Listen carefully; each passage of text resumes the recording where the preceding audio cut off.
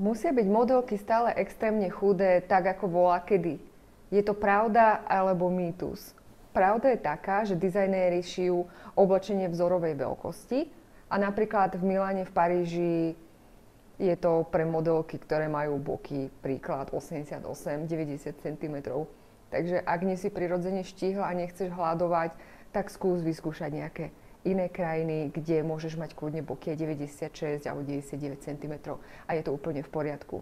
Bohužiaľ, ale ak priberieš alebo nie si prirodzene štíhla, žiaden dizajnér nebude kvôli tebe nejako rozširovať šaty. Takže v tom je ten pes zakopaný.